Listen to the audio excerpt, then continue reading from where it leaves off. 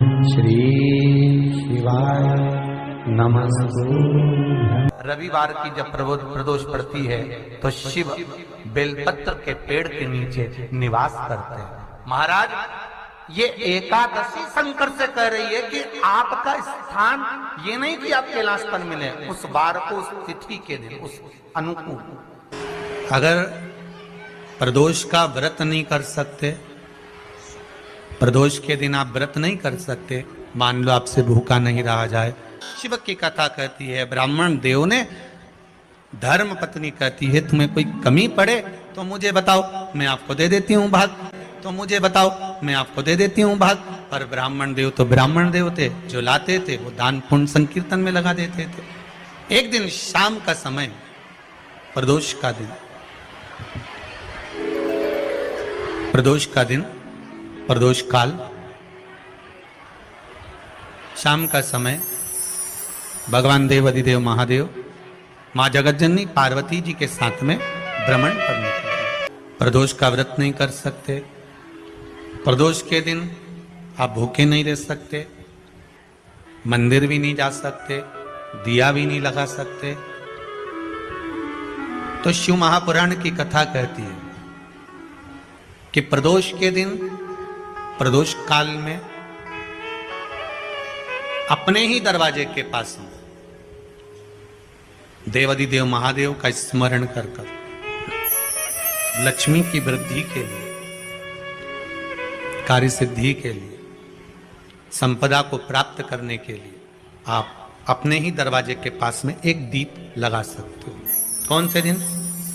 प्रदोष। एक बात और अच्छे से समझ लीजिए, जो बच्चे चिड़चिड़े होते हैं, चाहे घर में बेटे हों, बहुएं हों, सास हो, ससुर हो, परिवार में छोटे छोटे बच्चे हों, चिड़चिड़ प्रवृत्ति करते हों या चिड़चिड़ा स्वभाव हो, जरा जरा सी बात में क्रोध आ जाता हो, बोलने का भान नहीं रह पाता हो, शब्दों के बाण चलते हों, तो महाराज प्रदोष के दिन, प्रदोष काल में बेलपत्री के पेड़ के नीचे एक, जो पत्ता आपके पास में हो, पान का मिल जाए तो पान का, पीपल का मिल जाए तो पीपल का, बेलपत्र का मिल जाए तो बेलपत्र का, उस पत्ते पर मात्र थोड़ा सा शहद और 7 दाने चावल के रखकर घी का दिया लगा दो महाराज, और थोड़ा सा जल हाथ की अंजलि में लेकर भगवान देवाधिदेव महादेव का स्मरण कर कर कि इस बेलपत्री के वृक्ष के नीचे माता लक्ष्मी, पार्वती, सरस्वती विराजमान है। इसी बेलपत्री के पेड़ के नीचे मेरे देवाधिदेव महादेव का 12 ज्योतिर्लिंग का स्वरूप प्रकट है। उनका स्मरण कर कर जल चढ़ा दीजिए और उसका स्मरण कर लो जो चिड़चिड़ प्रवृत्ति करता हो, क्रोध करता हो, जिसको बोलने का भान नहीं होता हो, सम्मान नहीं देता हो, अपशब्द कहते हो, उनका स्मरण कर कर आप छोड़ेंगे। एकदम एक प्रदोष करेंगे, दूसरे प्रदोष तक तो आपको कोई दिक्कत ही नहीं है। 2-3 प्रदोष कर कर देखिए, बाबा कृपा करें। बच्चों को पढ़ने का कह रहे हो, पढ़ने बैठो, पढ़ने बैठो, पढ़ने बैठो, पढ़ने बैठो, तो एक आध प्रयास बच्चों के लिए भी कर लिया करो कि भाई ठीक है। जिस दिन रविवार की प्रदोष पड़े उस दिन एक लाल वस्त्र में पीली सरसों रखकर और उसके अंतर्गत कुछ भी एक, या तो बमूल का कांटा ना मिले तो गुलाब का कांटा ही उसके अंतर्गत रख लीजिए।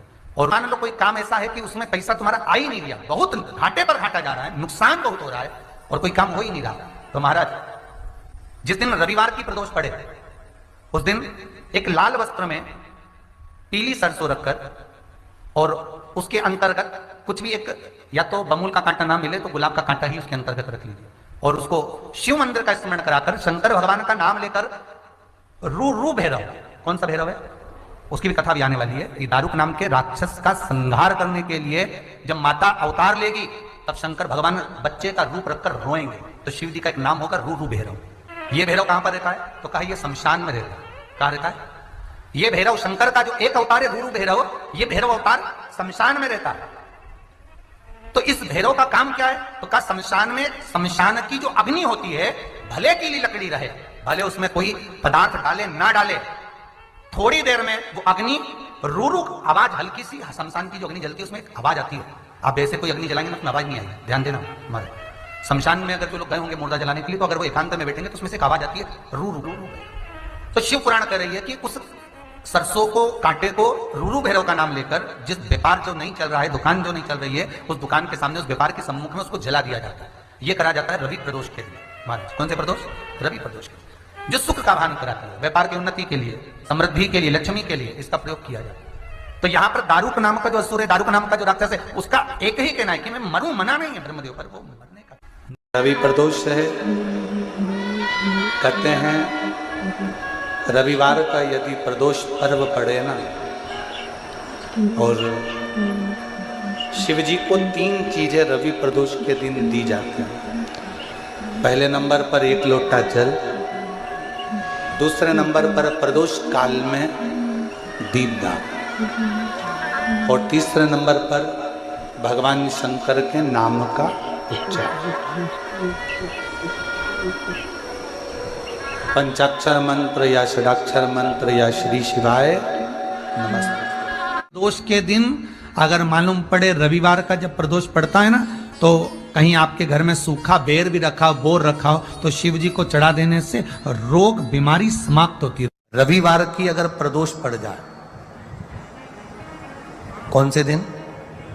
रविवार की प्रदोष के दिन ये प्रयोग अवश्य कर देखिएगा।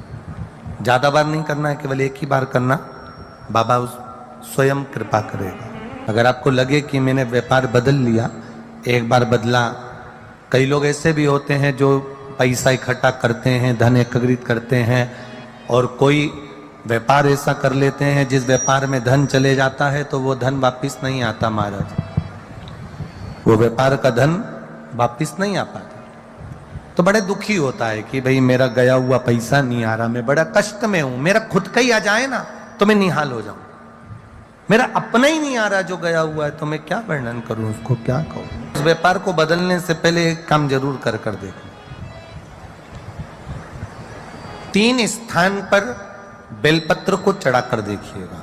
धन भी हमारा कहीं डूब गया, आ नहीं रहा है, तो प्रयास करना 3 स्थान पर चढ़ाई गई बेलपत्र हमें सुख का अनुभव करा देती है। बहुत ध्यान लगाइए। पहला, अशोक सुंदरी की जगह। अब ये बेलपत्र जब भी आप चढ़ाएंगे तो रविवार की अगर प्रदोष पड़ जाए, कौन से दिन? रविवार की प्रदोष के दिन ये प्रयोग अवश्य कर देखिएगा। ज्यादा बार नहीं करना है, केवल एक ही बार करना, बाबा स्वयं कृपा करेगा। अपने मंदिर में, अर्थात अपने घर के पास कोई मंदिर हो, शिवालय हो, देवालय हो, जहां शंकर भगवान विराजमान हो, शिवलिंग हो, ऐसी जगह पर अवश्य करें। हमें कहीं दूर जाकर ये प्रयोग नहीं करना है, अपने शिवालय, अपने जो घर के आसपास में शिवालय हो वो। एक बेलपत्र अशोक सुंदरी वाली जगह। अब उसको अशोक सुंदरी की जगह पर भी चढ़ाने का तरीका क्या है? जब हम बेलपत्र चढ़ाएंगे तो उस बेलपत्र को चढ़ाते समय आपकी जो बेलपत्र की डंडी है, इस डंडी का भाग शिवलिंग की ओर होना चाहिए। ये जो डंडी है, इसका भाग अशोक सुंदरी पर जब चढ़ाएंगे तो शिवलिंग की ओर इसका भाग होगा महाराज। दूसरी, बेलपत्र को जब हम समर्पित करेंगे, जया, विषहरा, शामरीबारी, दौतली, देव, मान लो जलाधारी ऊपर नहीं है शंकर जी के, तो उसका स्मरण कर 5 कन्याओं का नाम लेकर जया, विषहरा, शामलीबारी, दौतली, देव, इनका स्मरण कर शंकर भगवान के शिवलिंग पर बेलपत्र रखेंगे। बेलपत्र कहां रखना है? आप अगर यहां बैठे हो तो आपके विपरीत में डंडी का मुख होना चाहिए। ये बेलपत्र की जो डंडी है, इसका मुख आपके विपरीत में हो। आप यहां बैठे हो तो डंडी उधर होगी, आप इधर बैठे हो तो डंडी का मुख इधर होगा, आप उधर बैठे हो तो डंडी का मुख इधर होगा। आपके ठीक विपरीत की ओर डंडी का मुख हो। ये 2 जगह बेलपत्र समर्पित करने के बाद तृतीय बेलपत्र शिवलिंग की जो जलाधारी है, जहां पर भगवान शंकर का शिवलिंग रखा है, वहां स्पर्श कराकर, केवल छुआना है, स्पर्श कराकर बेलपत्री के पेड़ के नीचे ही कोई कंकर हो, कोई शंकर हो, या कोई मिट्टी का ढेला हो, नी हो, तो वहीं मिट्टी को थोड़ी सी ऊंची कर एक बेलपत्र बैठकर इस बेलपत्री की डंडी जड़ की ओर, मतलब जो वृक्ष होता है उस ओर इस डंडी का मुख होना चाहिए। ये 3 रविवार के प्रदोष के दिन शंकर भगवान पर चढ़ाई गई बेलपत्र से हमारा गया हुआ धन भी पुनः आने का रहता है, और हमारा जो व्यापार बार बार बंद हो रहा है, शिव की कृपा से एक बार चालू तो चालू हो ही जाता है। प्रदोष का दिन, प्रदोष काल,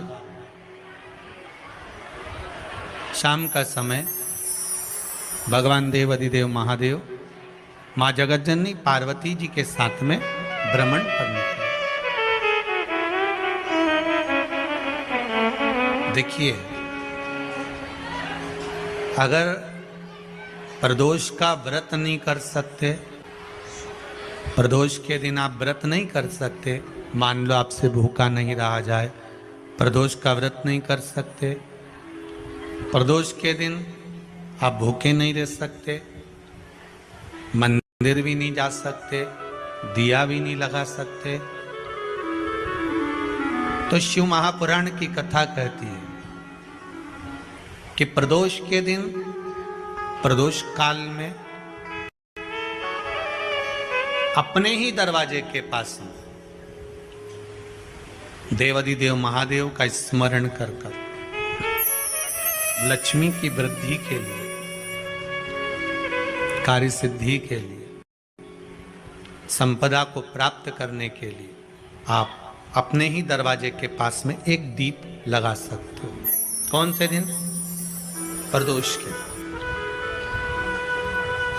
एक बात और अच्छे से समझ लीजिए, जो बच्चे चिड़चिड़े होते हैं, चाहे घर में बेटे हों, बहुएं हों, सास हो, ससुर हो, परिवार में छोटे छोटे बच्चे हों, चिड़चिड़ प्रवृत्ति करते हों या चिड़चिड़ा स्वभाव हो, जरा जरा सी बात में क्रोध आ जाता हो, बोलने का भान नहीं रह पाता हो, शब्दों के बाण चलते हों, तो महाराज प्रदोष के दिन, प्रदोष काल में बेलपत्री के पेड़ के नीचे एक जो पत्ता आपके पास में हो, पान का मिल जाए तो पान का, पीपल का मिल जाए तो पीपल का, बेलपत्र का मिल जाए तो बेलपत्र का, उस पत्ते पर मात्र थोड़ा सा शहद और 7 दाने चावल के रखकर घी का दिया लगा दो महाराज, और थोड़ा सा जल हाथ की अंजलि में लेकर भगवान देवाधिदेव महादेव का स्मरण कर कर कि इस बेलपत्री के वृक्ष के नीचे माता लक्ष्मी, पार्वती, सरस्वती विराजमान है। इसी बेलपत्री के पेड़ के नीचे मेरे देवाधिदेव महादेव का 12 ज्योतिर्लिंग का स्वरूप प्रकट है। उनका स्मरण कर कर जल चढ़ा दीजिए, और उसका स्मरण कर लो जो चिड़चिड़ प्रवृत्ति करता हो, क्रोध करता हो, जिसको बोलने का भान नहीं होता हो, सम्मान नहीं देता हो, अपशब्द कहते हो, उनका स्मरण कर कर आप छोड़ेंगे। एकदम एक प्रदोष करेंगे, दूसरे प्रदोष तक तो आपको कोई दिक्कत ही नहीं। 2-3 प्रदोष कर कर देखिए, बाबा कृपा करें। बच्चों को पढ़ने का कह रहे हो, पढ़ने बैठो, पढ़ने बैठो, पढ़ने बैठो, पढ़ने बैठो, तो एक आध प्रयास बच्चों के लिए भी कर लिया करो कि भाई ठीक है, बच्चे लोग विद्या में प्रबल होंगे।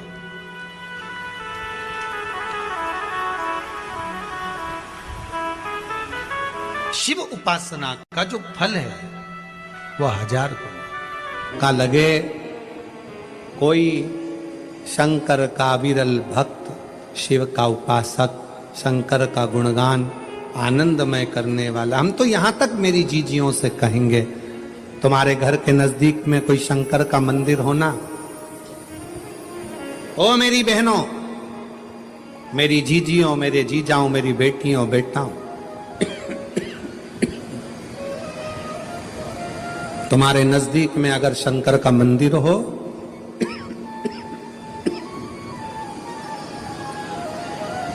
तो उस शिव मंदिर में सोमवार के दिन, प्रदोष के दिन यदि कुछ लोग एकत्रित होते हों, भजन करते हों, कीर्तन करते हों, कुछ नहीं तो अपने घर से एक बाल्टी में पानी भरकर उनको पिला कर आ जाया करो। पानी नहीं हो तो थोड़ी खड़ी शक्कर ले जाया करो, थोड़ा गुड़ ले गए, उनका मुख झूठा करा दिया करो। क्यों?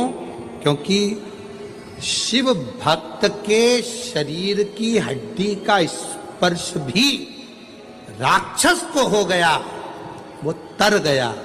अगर कोई शंकर का भक्त है और उसका मुख हमने झूठा करा दिया तो हमारे घर के भंडारे कभी खाली नहीं होते, भरे भरे।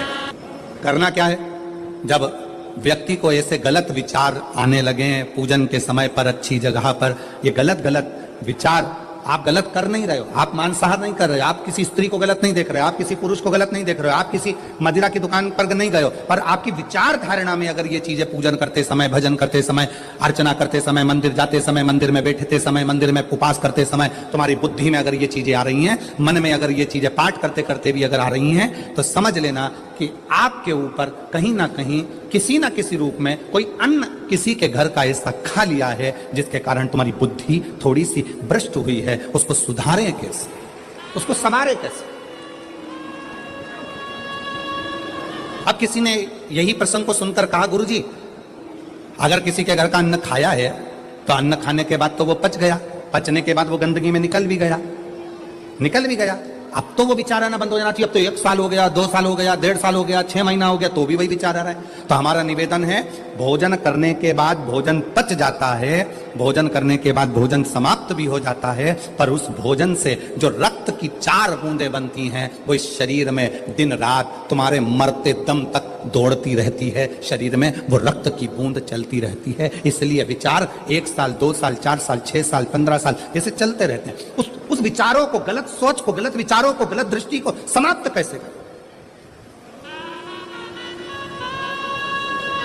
मेरी जीजियों, मेरे जीजाओं, मेरी बेटियों, बेटाओं, मेरी माताओं, मेरे भाई, मेरे बांधव, अपने को भी अगर गलत विचार आते हो, पूजन के समय पर पाठ करते करते गलत जगह पर अपना मन जा रहा हो, तो 5 प्रदोष, एक कटोरी में 1 चम्मच घी गाय का, देसी गाय का 1 चम्मच घी, 1 चम्मच भी ना हो तो आधी चम्मच घी, आधी चम्मच भी अगर घर में ना हो तो 2 बूंद घी, 2 बूंद भी ना हो तो देसी गाय का 1 बूंद घी अपनी हथेली में मध्य में लगाकर, जो शंकर भगवान का, भगवान शिव जी का जो शिवलिंग होता है, उस शिवलिंग के ऊपर के भाग पर अपनी हथेली को रखकर, और जो अशोक सुंदरी वाली जगह है उस जगह पर अपनी हथेली का घर्षण करना चाहिए। लगभग 5 प्रदोष अगर आपने कर लिया तो निश्चित है आपकी बुद्धि में कभी गलत विचार पूजन करते समय आएगा ही नहीं, और गलत दृष्टि की ओर जाओ।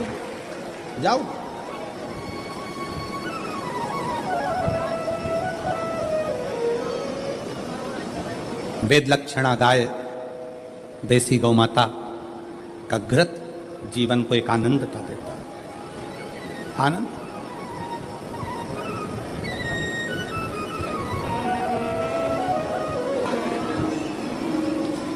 गौ माता का, देसी गाय का घृत, वेद लक्षणा गाय का 1 बूंद घृत हाथ की हथेली पर लगाकर शिवलिंग के ऊपर और अशोक सुंदरी की जगह पर घर्षण करने से जो गलत विचार, गलत सोच, गलत दृष्टि, गलत भाव ये समाप्त हो जाता है, समाप्त हो।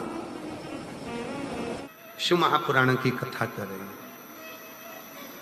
3 स्थान का स्पर्श रोग का निवारण कर देता है। 3 जगह पर चढ़ाया गया अक्षत हमारे मन को एकाग्रित कर और हमें अपनी मंजिल तक पहुंचा देता है।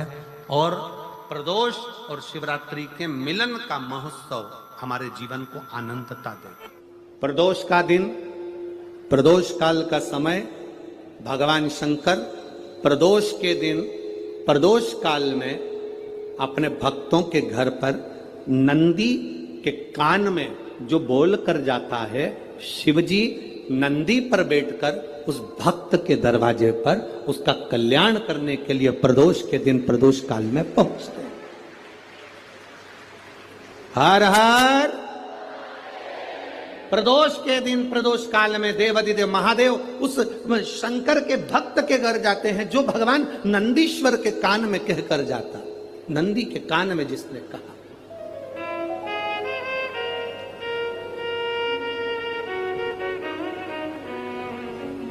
शंकर भगवान के इस शिवलिंग का स्मरण आप करेंगे। बीच में जो एक मोटी सी लाइन होती है इसको अशोक सुंदरी कहते हैं। सब लोग दर्शन करें, जम के बोलो जरा, करें। अशोक सुंदरी की जगह जहां पूरी हो जाती है उसके बीच में शिवलिंग और उसके बीच में थोड़ी सी जगह खाली आती है। करें दर्शन, समझना जरा बहुत अच्छे से। जैसे ये अशोक सुंदरी की जगह है, हम निवेदन करेंगे आस्था चैनल वालों से भी और एलईडी वाले भी, जिन जिनको एलईडी पर आप दर्शन करा रहे हैं वो पूरी तरह से कराएं। गणेश जी का स्थान, षडानंद कार्तिकेय का स्थान, अशोक सुंदरी का स्थान बीच में। अशोक सुंदरी का जो स्थान पूरा हो जाता है वहां से लेकर शिवलिंग के बीच में खाली जगह आती है। करें दर्शन आप लोगों ने, खाली जगह आती है। उस खाली स्थान की जो महत्वता है, ये जो अशोक सुंदरी से लेकर बीच में जो जगह है, ये भगवान शंकर की जो धर्म पत्नी है माता पार्वती, उनकी जो योगनियां है 64 योगनी, उनकी जो शक्ति पीठें हैं, उनकी जो सिद्धता है, उनकी जो सिद्धियां हैं, ये अशोक सुंदरी से शंकर के शिवलिंग के बीच में जो खाली जगह होती है, इस स्थान पर 64 योगनियां, देवियां, अष्ट सिद्धियां, नवनिधियां सब इस स्थान पर रहती है। इसलिए हमारे यहाँ शिव महापुराण की कथा कहती है, पूर्ण पूजन के बाद अगर कोई नारी, कोई पुरुष, कोई बच्चा, कोई बुजुर्ग अपने मन की बात का स्मरण इस जगह पर हाथ को रखकर, जैसे किसी के हृदय पर हाथ रखते हैं तो दिल धड़कता हुआ स्मरण होता है, उसी तरह यहाँ स्पर्श करेंगे और स्पर्श कर कर जब अपने मन की बात कहते हैं तो देवाधिदेव महादेव नंदी के साथ आकर प्रदोष के दिन कार्य की सिद्धता पूर्ण करते। उस स्थान की मूलता होती है, वो स्थान। समझ में आएगी ना जगह? अरे बोलो तो जम के। नहीं समझ में आई हो तो एक बार फिर वापिस समझ लीजिए, फिर समझो वापिस। स्थान देखिएगा, गणेश जी का स्थान, कार्तिकेय जी का स्थान, बीच में ये आ गई अशोक सुंदरी की मोटी सी लाइन। अशोक सुंदरी की लाइन जहां खत्म होती है, वहां से जो शिवलिंग रखा है, इसके बीच की जो जगह है, ये जो बीच में अशोक सुंदरी के स्थान से लेकर शिवलिंग के स्थान के बीच में जो खाली जगह है, ये 64 योगनियां, अष्ट सिद्धियां, नवनिधियां, सब कुछ मेरे देवाधिदेव महादेव ने माता पार्वती को अपने चित्तवृत्ति के साथ यहां अनुमति प्रदान कर रखी है। वहां का स्पर्श, वहां का मात्र स्पर्श और हमारे दिल की बात, शंभो शरणे पड़ी मांगू घड़ी रे, दुख काटो दया करी ने दर्शन। उस स्थान का स्पर्श हमें सुख देता, स्थान का स्पर्श।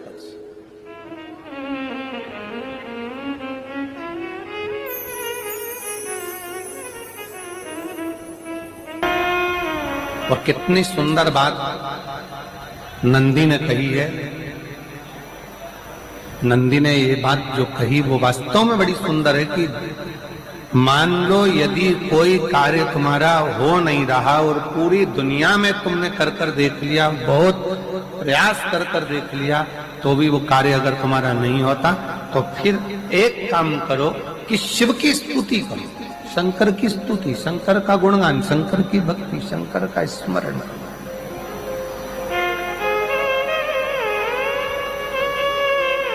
फिर शिव की स्तुति करिए, शंकर से विनय करिए, शंकर से निवेदन करिए, शंकर का गुणगान करिए।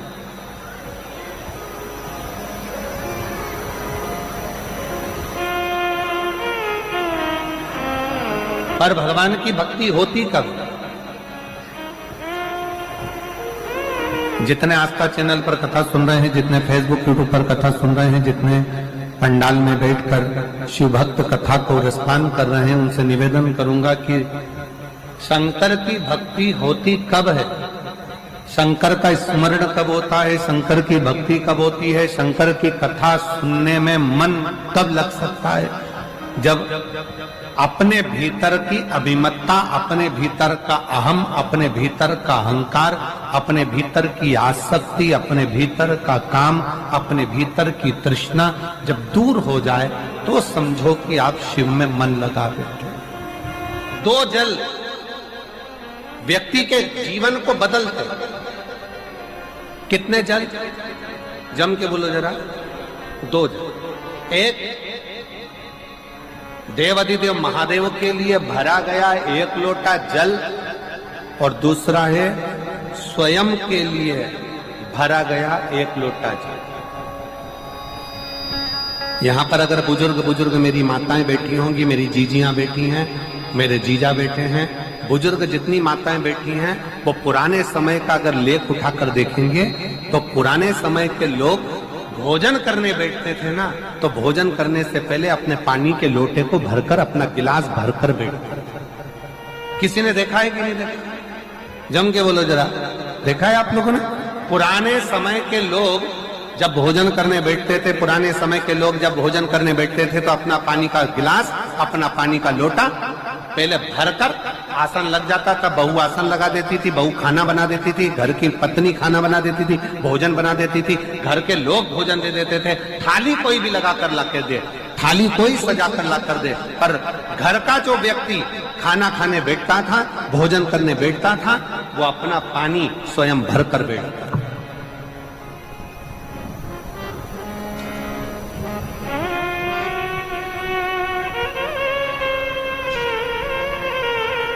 अब आज के जमाने में दुनिया के लोग कहते हैं मैं दुकान चला रहा हूं, दुनिया के लोग कहते हैं मैं घर चला रहा हूं, दुनिया के लोग कहते हैं मैं ये कर रहा हूं। तुम अपना खुद का पानी भरकर तो बैठ नहीं रहे और कह रहे हो कि घर चला रहा हूं। स्वयं का एक गिलास पानी व्यक्ति नहीं भर पा रहा। कितना सुंदर कहा है महाराज जी, बहुत सावधानी से सुनिएगा। दो जगह का जल व्यक्ति के जीवन को बदल देता है। एक शिव के लिए भरा गया जल और दूसरा स्वयं के लिए भरा गया जल। स्वयं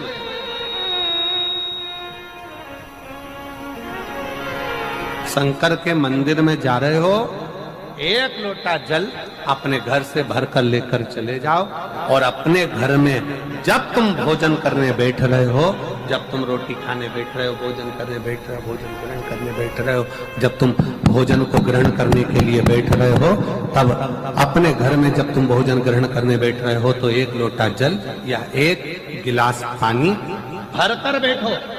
बहू अच्छी है, पानी भरेगी, मना नहीं है। बेटा अच्छा है, पानी भरेगा, मना नहीं है। पोता अच्छा है, पोती अच्छी है, नाती अच्छा है, पंती अच्छा है, घर में सब अच्छे। तुम्हारी पत्नी भी अच्छी है, तुम खाना खाओगे तो वो पानी ला कर दे देगी। तुम्हारी बहू भी अच्छी है, तुम भोजन करोगे तो वो पानी ला कर दे देगी। तुम्हारा परिवार का हर व्यक्ति अच्छा है, तुम्हारा कहना मानता है। तुम जिमने बैठोगे, भोजन करने बैठोगे तो वो पानी ला कर देगा। पर शिव पुराण की कथा कहती है, जो व्यक्ति भोजन करते समय अपना जल स्वयं भर कर बैठता है, उसकी जिंदगी में से 3 रोग समाप्त हो जाते हैं। कितने रोग समाप्त हो जाते हैं? 3।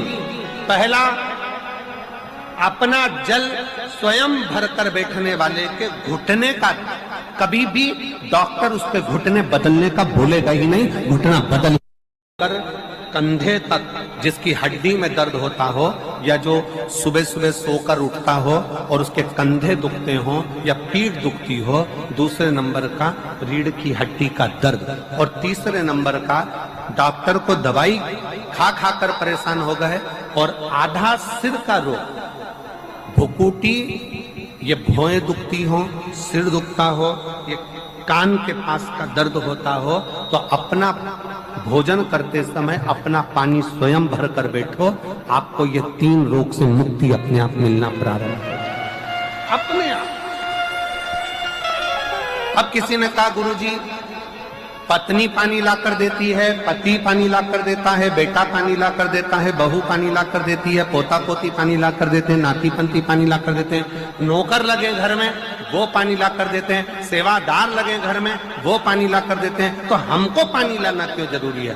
तो अग्नि पुराण में वर्णन आता है कि जो घर में पानी जिस मटके में भरते हो, जिस हंडे में भरते हो, जिस बाल्टी में भरते हो, जिस टंकी में पानी भरते हो, पीने का पानी जिस हंडे में, मटके में, बल्टोई में, जिस गगरे में तुम भरते हो, वो स्थान पितरों का स्थान रहता है। जब हम पानी भरकर भोजन करने बैठते हैं तो हमारे पितर भी उस स्थान पर आकर निश्चित जगह पर बैठते हैं, और जब हम भोजन ग्रहण करते हैं तो हमारे पितरों के भाव का आशीर्वाद हमारे ऊपर पड़ जाता है, जिससे हमारे 3 दर्द समाप्त हो जाते। स्वयं भरो, स्वयं।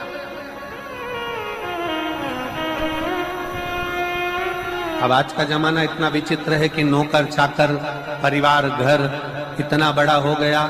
आज के जमाने में कोई सोफे पे से उठना पसंद नहीं करता, वहीं से आवाज लगा देते हैं, ला मेरा भोजन लगा दे, रोटी लाओ।